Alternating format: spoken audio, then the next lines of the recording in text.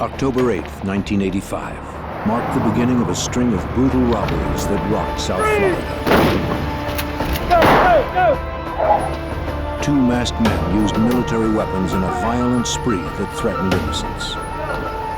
But no one knew who they were or where they would strike next. Before the FBI could stop them, lives would be lost, and law enforcement would be changed forever.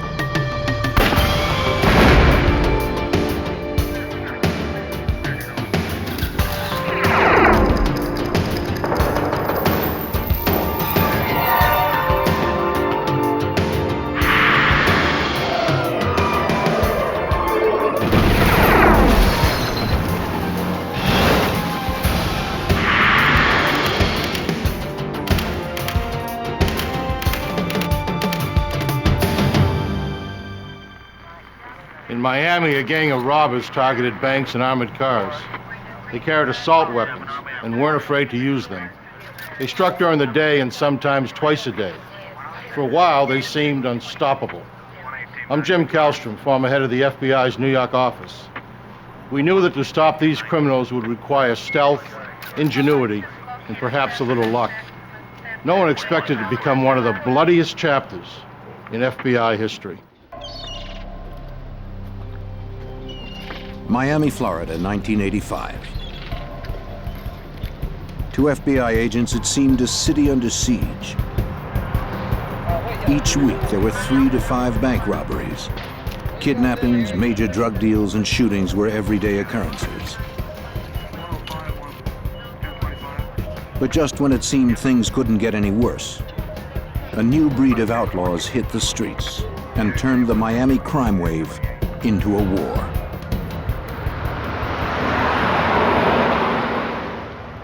On October 8th, an armored car courier made a scheduled pickup at a steak and ale restaurant. The driver waited for his partner to return, unaware that 2 heavily armed men were also waiting nearby.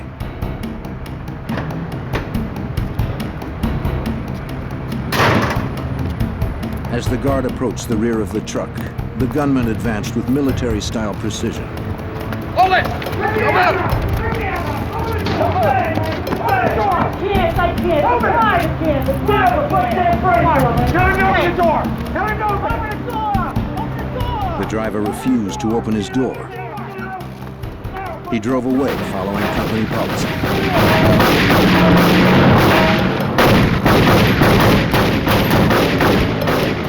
The subjects retreated to a getaway car and attempted to camouflage their escape with a military-issue smoke grenade. The Metro-Dade County Police and the FBI responded to the scene. Robberies of armored cars and banks fall under FBI jurisdiction. The supervisor of the Miami FBI's Violent Crimes Unit was Special Agent Gordon McNeil. There were basically no clues as far as who these individuals were. We had absolutely no idea, no way to go. No one had seen them without the black hoods over their faces. They wore gloves on both hands. One piece of information witnesses did provide was the license number of the getaway car. Agents tracked the number and learned the car had been stolen a month before. But the lead was a dead end. The robbers had escaped with only $2,800. But their use of military weapons and commando tactics convinced Agent McNeil they would probably strike somewhere in Miami again. But where and when? The answer came just 8 days later. At a busy supermarket on South Dixie Highway, another armored car arrived to make a scheduled pickup. A courier returned to the truck with several money bags filled with cash and receipts.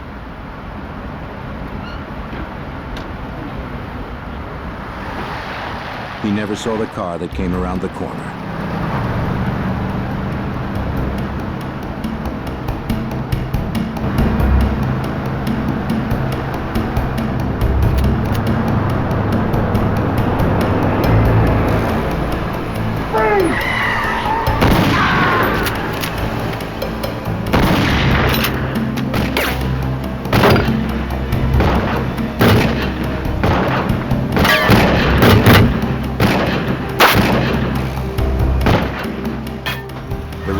escaped empty-handed.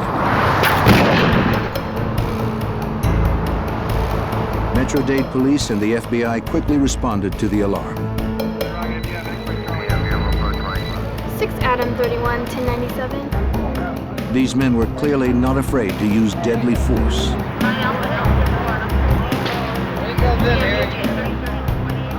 The courier would later die from his injury. While he was taken to the hospital, agents interviewed his partner. As he described the gunmen, it quickly became obvious they were probably the same men responsible for the previous robbery at the Steak and Ale restaurant. There was no money taken in that particular robbery, but there were a number of shots fired. So the ante was still going up here as far as I was concerned because of the continued use of violence by these two individuals. Ballistics evidence would further confirm the connection between the two robberies. Investigators found double-aught buckshot from a 12-gauge shotgun, 45 caliber bullet casings, and 223 shell casings. The 223s seemed most significant. And the identification division of the firearms unit of the FBI laboratory compared those two shell casings and said they were fired from the same weapon. So we definitely had a link now between the Winn-Dixie attempt and the Steak and Ale robbery. Two violent robberies were linked to the same masked gunman, but there were no leads to their identities. Because they had not scored any cash at the Winn-Dixie robbery and so little at the Steak and Ale, investigators were certain they would soon strike again.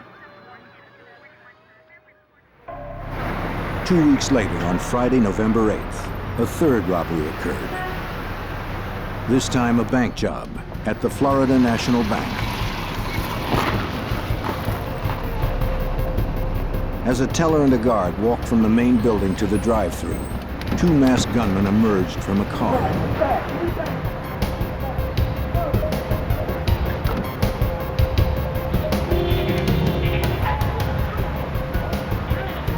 At gunpoint, they ordered the teller to open the door to the drive-thru.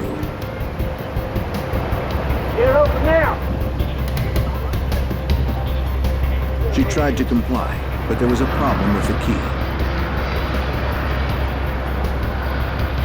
Hurry up! Stalled in broad daylight at a busy intersection, the gunman aborted the robbery and fled with only the $10,000 the guard had been carrying.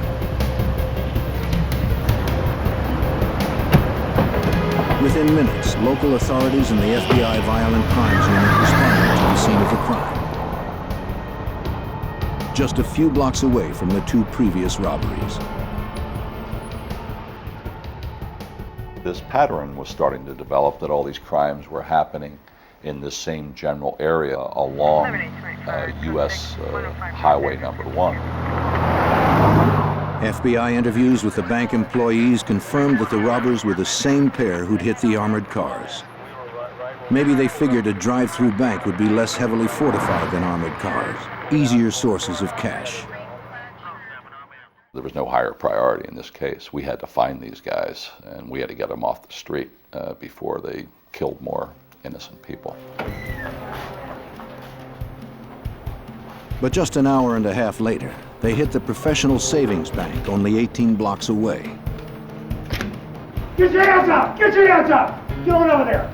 Get out of the ground! On the ground now! Get out! Get out! Get out! You, come here! Come on over here! Come on! You, come over here! The robbers Come on quickly now. took control of the lobby. At Put gunpoint, your hands both down. customers and employees quickly followed their orders. With their masks and high-powered weapons, no one doubted they meant business. Face down! Face down!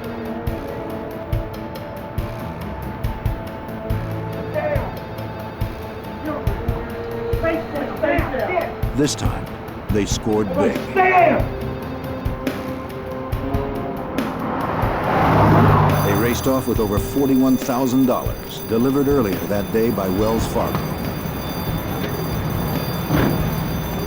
They escaped in yet another getaway car, a Chevy Monte Carlo.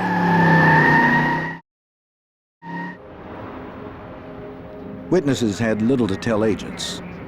The robbers had entered quickly and forced everyone down on the floor where they couldn't see what was going on. Say to you exactly.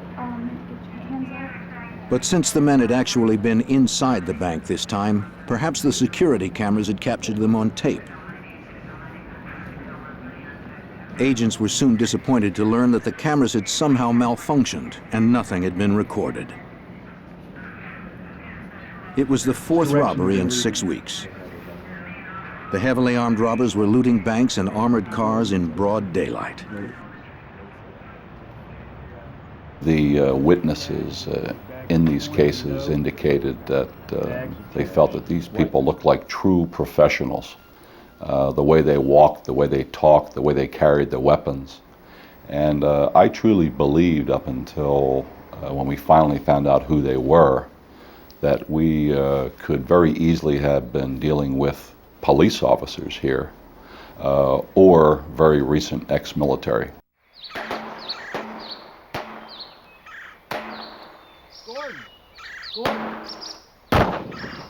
With such violent criminals on the loose, agents honed their own skills on the firing range. They worked the case relentlessly, exchanging whatever slim leads they had. But nothing panned out. 2 months went by without another robbery, and still there were no leads.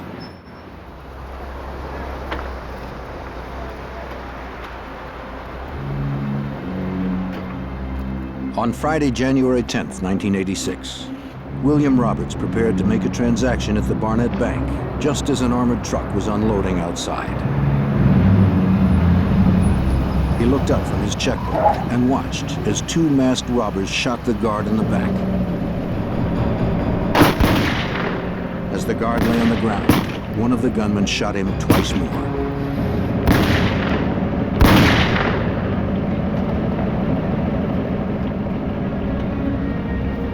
This was the robbers' 5th heist in just 3 months, and another big hit. They fled with $54,000.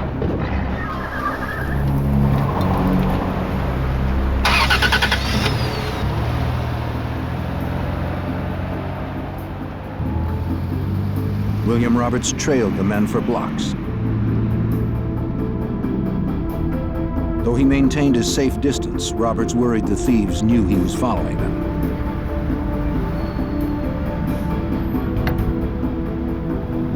Still, he stayed on their tail and noted their license tag and car model.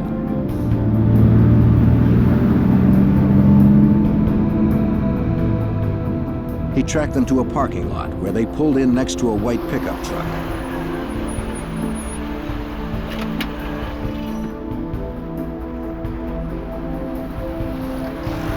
Roberts parked across the street and continued to watch them.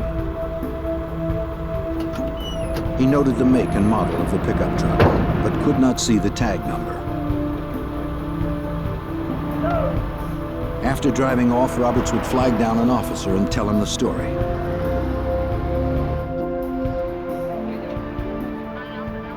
The FBI responded to the scene and interviewed bank employees. They found several .223 rounds, later determined to be fired from the same weapon used in the first 2 robberies.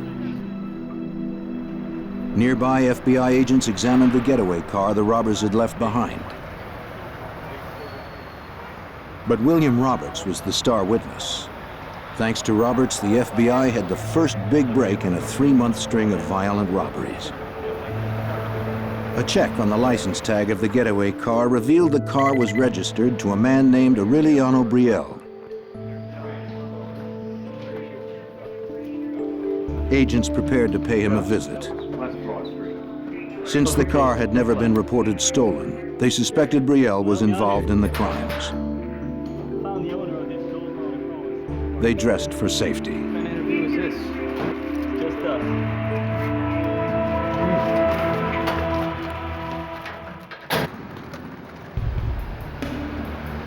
In Miami, the FBI had been tracking 2 masked gunmen who had been robbing armored cars and banks, already killing 1 guard.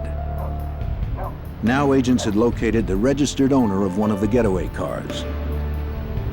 On January 14th, Special Agent Morellis and a partner arrived at the home of Aureliano Brielle, the registered owner of the car. A woman opened the door. Special Agent Morellis now works undercover and wears a hood to protect his identity. She asked me if I was there about her son, and I said, yes, I was, as a matter of fact. She said, well, my son Emilio has been missing. Mrs. Brielle's husband came to the door and they invited the agents to come into the house.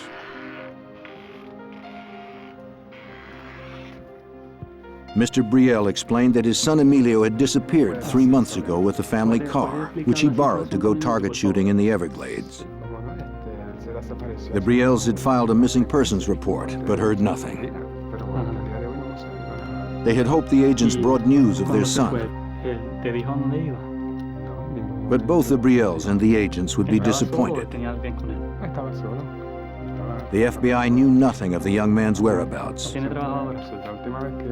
as the interview progressed, Agent Morellis grew certain the Brielles knew nothing of the robberies. The conclusion at the end of the day was that the Brielle family was not involved. They were victims. Their car had been stolen and their son was missing.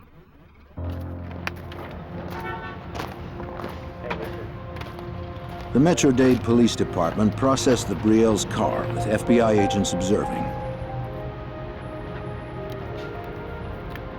But evidence technicians found no fingerprints or anything else to advance the case. The next 2 months were quiet again, though the robbers remained on the loose. Agents worked other cases as they continued to mine every possible resource for clues. Then on March 14th, Special Agent Ben Grogan told a skeptical Agent Morellis about a newspaper article he believed was related to the case. I guarantee it. That car right The there. article reported the attempted murder of a man named Jose Collazo 2 days earlier. Watch. 2 men had shot Collazo multiple times. Then they had stolen his gun and his car, a black 1982 Chevy Monte Carlo. Guarantee you I'm right. Grogan swore that the vehicle would be the bank robber's next getaway car. While it seemed to some agents nothing more than a hunch, they respected Grogan. Car and disappeared. Shot him 4 times with the arm, through the face. At 53, he was a career agent with 25 years on the job, including time as a SWAT team leader. Is he still alive? Yeah, he got up, walked 1.5 miles to a convenience store, made a phone His colleagues called him the doctor because he could do jobs no one else could do. What do you think? Check on these plates. So they took a chance on his hunch. Get on it. Good job. Mr. Collazo, tell me what happened. These 2 guys. Grogan and another agent visited Collazo in the hospital. They were 2 white males. 2 white males. Collazo was in rough shape, with wounds to the side of his head, his arm, and his back. But he managed to tell the story of his nightmarish afternoon in the Everglades. A car and... Collazo had gone to a recreational trail near a lake, where gun owners often practice target shooting. He was firing his .22 when 2 men drove up beside him. How you doing?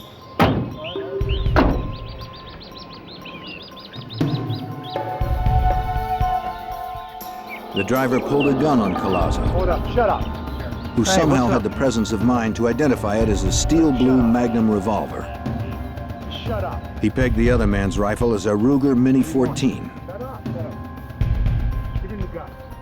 Give him the gun. When the assailants demanded Collazo's guns, car, and wallet, he complied. Now back on up. Back up. Give you everything, man. Back up. Shut up. But they shot him several times anyway, Back at up. close range.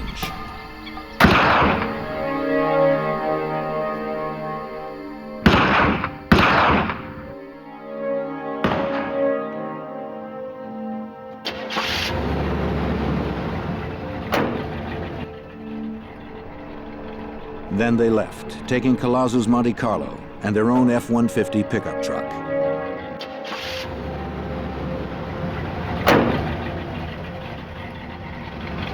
As they drove off, they believed Collazo was dead.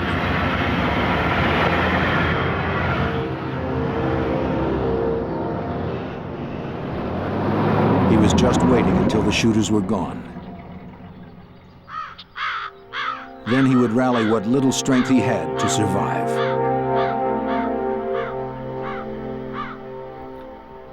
Collazo had to make a decision as to whether he would try to live or just lay down and die. And Collazo said he chose to try to live. So he picked himself up out of that lake and walked almost a mile after being shot 3 times to seek help.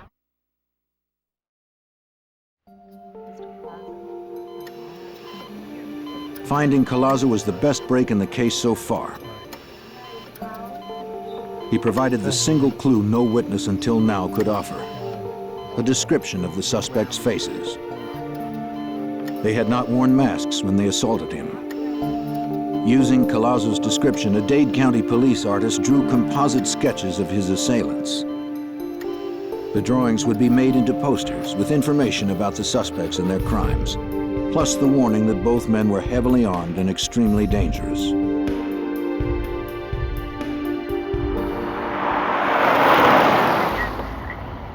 Retired Special Agent John Hanlon, a 22-year FBI veteran then assigned to the Violent Crimes Unit, remembers what Collazo said. Collazo was able to give a description of the guys. He told us about the white pickup truck. He was shot in the same general area as we thought Emilio Brielle had disappeared. In the coming days, agents stepped up their efforts. They conducted a grid search of the streets crossing South Dixie Highway in the vicinity of the bank robberies. I got the agents together. After I told them what I had on my mind, they looked at me like I was crazy. But I said, I want you to go down between 88th Street on South Dixie Highway and 185th Street and come up with any license numbers on white Ford F-150 pickup trucks. Something just told me in my gut that perhaps, who knows, we're trying to make our own luck. What is it, $1 million to one, $10 million to one? I don't know. But they came back with the license numbers of 10 white Ford F-150 pickup trucks. Computerized checks of the license numbers would reveal the owners' names. Agents would then request driver's license photos from the Department of Motor Vehicles. Perhaps if Collazo saw the photos, he could identify the truck's owner. But in 1986, technology was slow, and before the photos came back from the DMV, the robbers struck again. On Wednesday, March 19th, just 1 week after Collazo's assault. Get your hands up! Get your hands up! Turn around! Get out! Get out! Get down! On the floor! Both of them! Come on out! Get out! The thieves hit another bank on South Dixie Highway. Back up! Get out! Come on! Get out! Give me the bag! Give me the bag! It was their 6th hit in 5 months. Give me the money! Get out! Put your face down! Be quiet! One kept the terrified customers at bay. The other looted money from a teller. Stand, everybody! Go, move! Don't look up! The men escaped with over $8,000 in cash.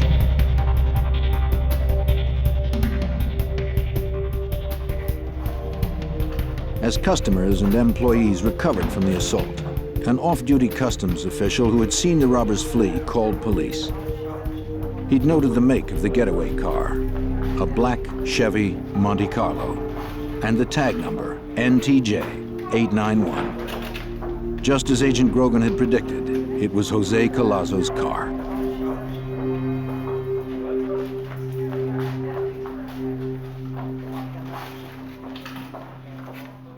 They didn't even change the tag. And we're not really sure whether they were, well, we're pretty sure they weren't that stupid, but we speculate that in their minds, you know, they were these hard men. And we think that they were probably just saying, hey, in your face, police, you know, come and get us if you can.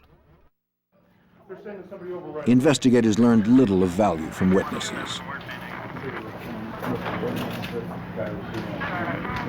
At this bank, the security cameras had filmed the entire robbery. But the videotape was of little use. The camera's lenses had captured little more than unidentifiable masked bandits. There was little doubt these robbers planned each hit carefully. It appeared to me that they were doing surveillance of the banks prior to some of the robberies, because on most occasions they robbed the bank within 10 minutes of delivery of a cash shipment by an armored car company. So they were waiting until the cash was inside from the armored car company and then hit the bank. On April 10th, Gordon McNeil and Ben Grogan discussed the case at firearms practice, sifting for any clues they may have overlooked. It had been about 3 weeks since the last robbery. There were no clues to the thieves' identities, but McNeil detected a pattern. You're always looking in law enforcement for patterns of crime, things that seem to happen on a consistent basis. And the only thing that we had gone in these cases was this significant pattern that developed, always on Friday between 9 and 12, hitting the same banks multiple times, always in the same 40 square block area, always along South Dixie Highway. Agents planned a surveillance for the next day. They would fan out to patrol the area where the robbers had struck so often. Hey guys, you got a minute? Yeah. Unit Supervisor Gordon McNeil personally led the operation. Everybody will leave from that location. We just couldn't wait for them to rob another bank. We had to get out there and we had to make our own luck, and maybe we could find them. Start watching for the vehicle. If you come across Agent Hanlon remembers what happened next. put it into play, hopefully it'll work out. Eddie Morales walked over and said, "Hey, let's go down there." And I thought, well, what the heck, you know? So as a whim, I mean, there was no pressure to go or anything of that kind. I mean, I certainly had enough to do, and I liked Eddie, and I figured, well, we'll go on down there, we'll ride down, and rather cavalierly, and spend some good times with Ed, and we'll take it from there. Many believed it was a long shot, but 14 Miami FBI agents met in a parking lot at 8:45 a.m. on Friday, April 11th, 1986. They would surveil a 53-block grid along South Dixie Highway, where 2 commando-style gunmen had pulled off 3 bank robberies and 3 armored car heists in 6 months. The suspects were described as white men, of medium build, one with a handlebar mustache, both about 30 years old. They were heavily armed and extremely dangerous. They might be driving a black Monte Carlo, license number NTJ 891. After a robbery spree that had lasted 6 months, Miami FBI agents went on the offensive in search of 2 killers, possibly driving a black Monte Carlo. They met to patrol an area where the 2 armed robbers had used military tactics to hit armored cars and banks.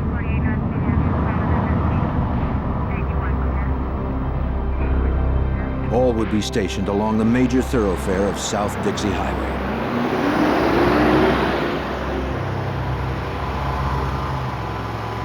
Agents Ben Grogan and Jerry Dove were on their way to stake out the Barnett Bank when the impossible happened. A car that fit the description of the suspect's vehicle pulled directly in front of them. In disbelief, Agent Grogan advised all units of what he saw. Attention all units, we're behind. A black vehicle. Gordon McNeil remembers the call. Grogan was not an emotional person.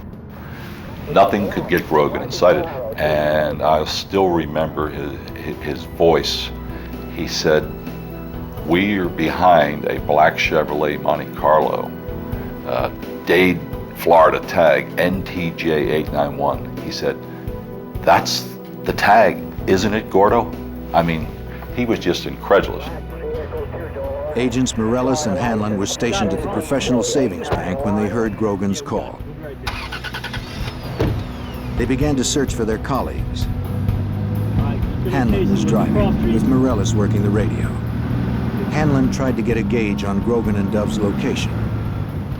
And I remember saying to Eddie, call Ben, tell him to start calling the cross streets so we'll know how close we're getting.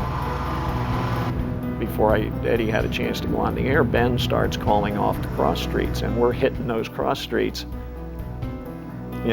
one after another, so we were real close to them. After proceeding south for several blocks, Hanlon and Morellis closed in behind them.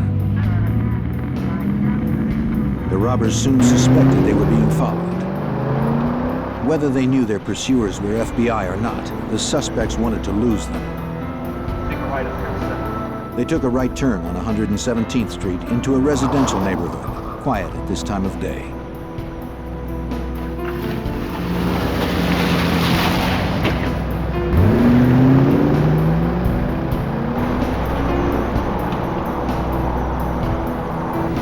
Still following? Still behind us. They're coming.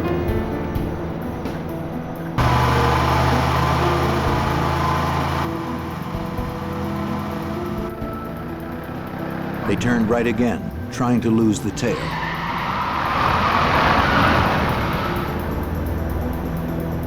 But the agents hung on, playing for time, as Agent Morellis recalls. We were just trying to wait for as many FBI units to get to the location as possible. And we were also basically responding to what the subjects did. They weren't in any hurry. When they turned onto 120th Street, they actually slowed down.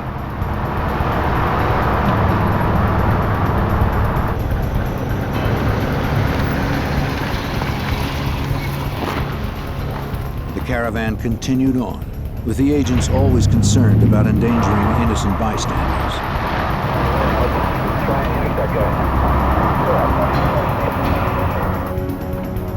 Then the suspects made a left onto 82nd.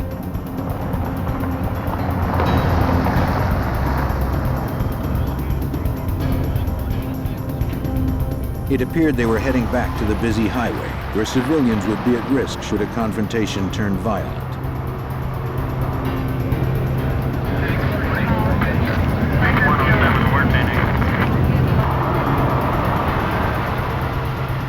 When Grogan saw the silhouette of a long-barreled rifle through the rear window of the subject's vehicle, he knew it was time to act.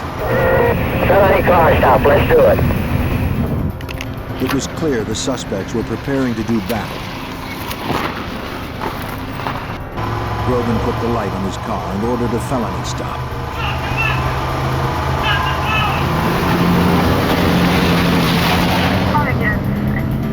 Grogan pulled alongside the suspect's car and ordered them to stop. The suspects ignored the order, and Grogan pulled ahead of them, blocking their escape.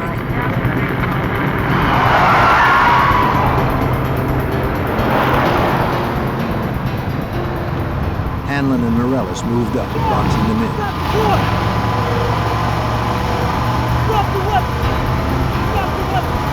The sight made an indelible impression on veteran agent John Hanlon.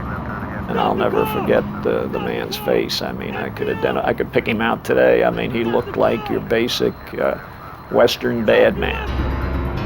He looked very, very determined.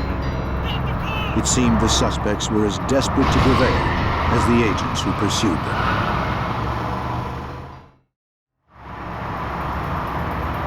Two heavily armed fugitives had ignored FBI orders to stop their vehicle. Special agents now tried to force them to comply.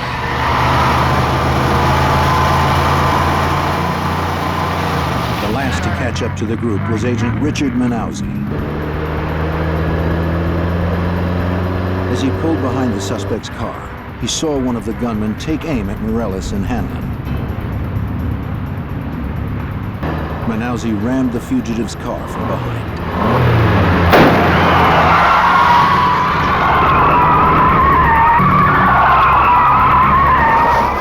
They swung into a U-turn, and then Manauzi was able to hit him again and knocked him over into this parking area up against some cars over there.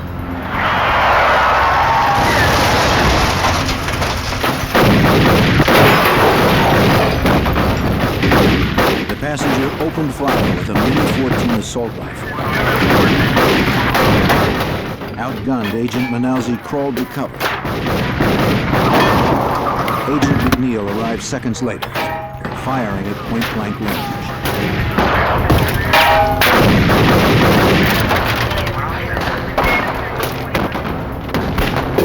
They were surrounded by FBI. Their vehicle could not move, but they had superior firepower.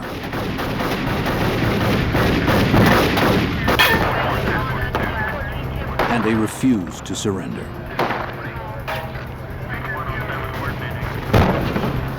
The driver fired a shotgun blast at Grogan. McNeil hit the driver in the neck.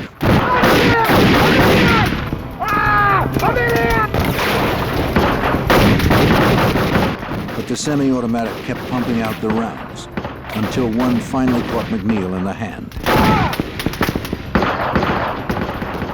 Morellis and Hanlon advanced to cover him. Hanlon's .38 held 5 rounds. The Mini-14 had 30 rounds in each clip. And one of them shot down Agent Morellis.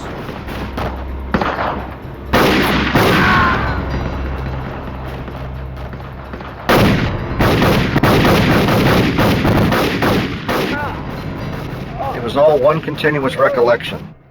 It was like 1 second I'm looking at Gordon McNeil's back, trying to maneuver to his left, and the next second is blue sky.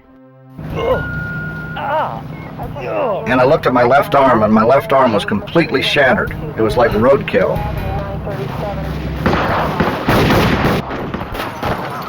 His partner was down, but the shooter kept on firing.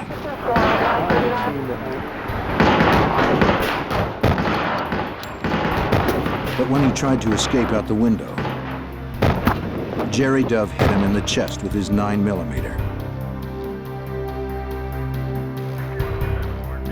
But to Dove's horror, the man shot McNeil in the neck.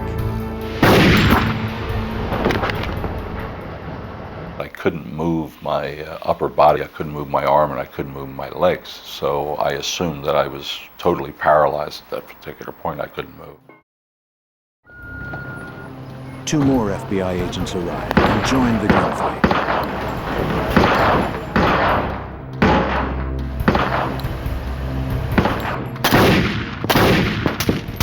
By now, the shooter had been hit 4 times, but he continued to advance and fire.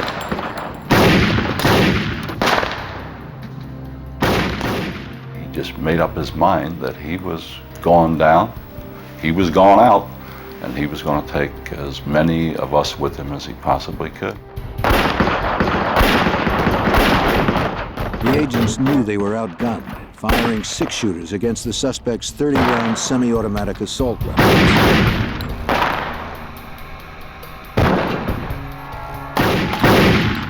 Dove and Grogan were forced to retreat behind their car to reload.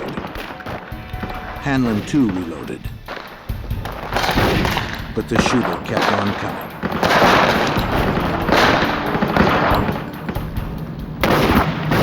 One went right through my knuckles on my right hand and through the knuckle in my thumb.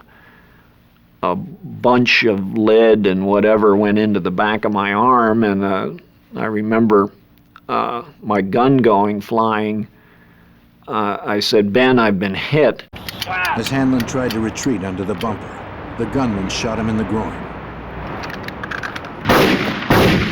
The blood geysered from my groin to my knee. I mean, the blood just came out like a balloon breaking. Grogan was hit. And then Dove. Before they could reload their weapons. I remember Ben saying, "Oh my God," and he fell at my feet. And at some point along in here, I heard the breath go out of him. He went, "Ah." The subject made his way to Agent Dove's car. With his left arm nearly blown off, Agent Morellis managed to pull himself out.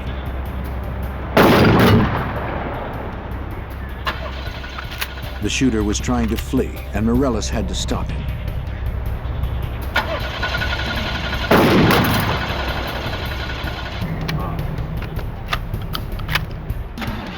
Mortally wounded, the second suspect somehow dragged himself out of his car and joined his partner. If the car started, Morellis knew they could only go in reverse and back over the fallen agents.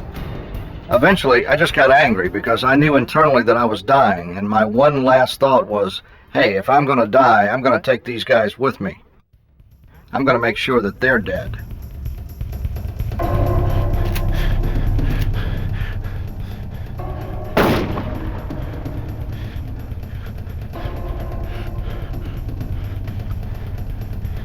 With his shotgun empty, Morellis changed to his revolver and staggered forward, firing at the subjects.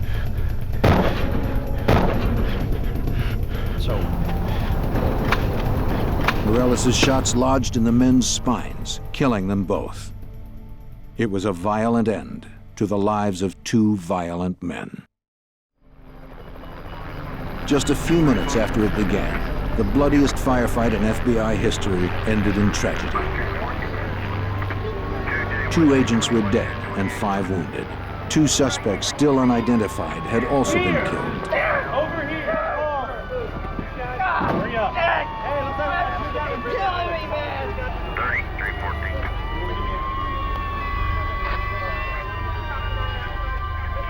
3314. Agent Jerry Dove lay dead.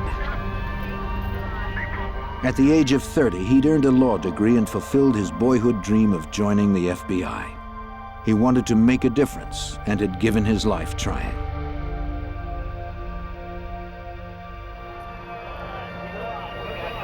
His partner, Ben Grogan, had also perished in the firefight.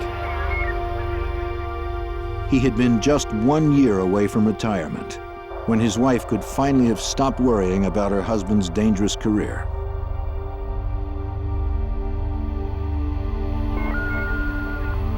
Crime scene technicians arrived at the site. Metro-Dade County Homicide Bureau Sergeant David Rivers was also there. Rivers had the Herculean task of reconstructing 5 minutes of living terror. That would take weeks. Well, we have to find out what happened. And you do that in various ways. You obviously speak to the agents that were involved, and they can tell you what each one of them did individually. And then part of that is to take those different statements as to what they did individually and match it up with the physical evidence. The wounds on the body, the bullet holes in the cars, where the guns are located, where the cars are located, and to reconstruct it to make sure everything's exactly interpreted properly. Technicians recovered 143 bullets fired from the fugitives' weapons. Questions that had plagued agents for so long were finally being answered. The Ruger Mini 14 rifle used to kill agents Grogan and Dove would match the .223 bullets found at some of the armored car and bank robbery scenes. In fact, the FBI crime lab could now forensically link the killers with several of the earlier heists.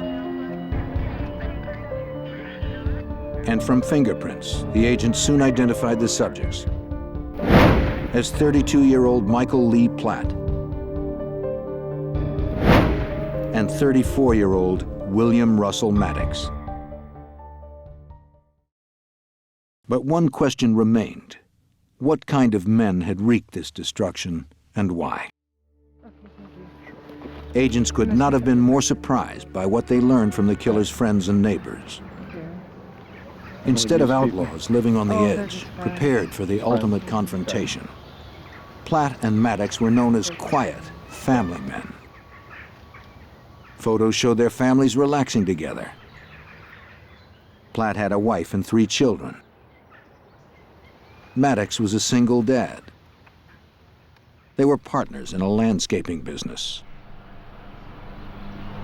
But further investigation gave up the lie of their double life. Inside a shed, agents found guns and ammunition, including the .22 Maddox and Platt had stolen from Jose Collazo when they tried to kill him in the Everglades. Agents would also uncover evidence of a bizarre murder pact in which the men may have killed each other's previous wives. No one had been charged in the two cases, but now they would be reopened. Within days, agents would confirm that Maddox and Platt had killed 25-year-old Emilio Brielle in the Everglades. A hiker found Brielle's skeletal remains in the Everglades, not far from where Collazo had been assaulted. Then another tragic footnote surfaced. Thanks a lot. Hey, how did that interview go for you earlier today? Special Agent Steve Warner received a package from the Florida Department of Motor Vehicles. In it was a copy of William Russell Maddox's driver's license. He was the owner of one of the white Ford F-150 pickup trucks agents had located a few weeks before. But there had been a delay in sending the licenses. If they had arrived April 11th or prior to that, Collazo would have been able to positively identify Maddox, and we probably would have been able to arrest Maddox and also Platt, and 2 FBI agents wouldn't have been killed. But that's not the way the luck worked out in this particular case. The FBI investigation revealed that both of the killers had served in the military. Platt had been a ranger, a member of the Army's elite First Strike Force, which explained the pair's commando tactics, fundamentally different than training received by law enforcement. We don't have an acceptable body count in civilian law enforcement. We're taught one way, and that's defensive type shooting. You take cover, you do not take casualties. And then you look at the way Platt reacted that day. He reacted in a military fashion. He had the heavier weapon. He had the Mini 14 with a 30-round capacity. His back was basically against the wall. He had no place to go, so he advanced forward on our position, laying down suppression fire, and ambushed Grogan and Dove, who were behind the car. As agents finally put the pieces together, a frightening portrait emerged of 2 formidable adversaries.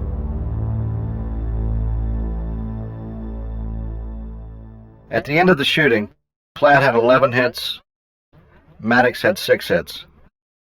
Platt was literally shot to pieces, and he kept fighting and fighting and fighting and fighting until he ran out of breath. He fought to the last. They were going to die, it's just they weren't dying fast enough. And they weren't prepared to lay down and die. Yeah. They weren't about to give up.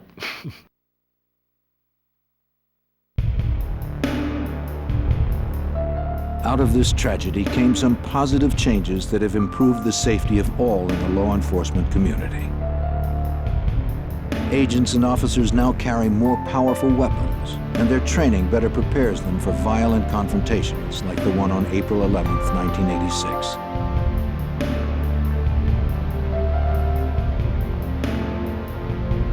As hundreds mourn the deaths of 2 dedicated and selfless FBI agents, those in law enforcement have looked for meaning in the tragic events of that April morning.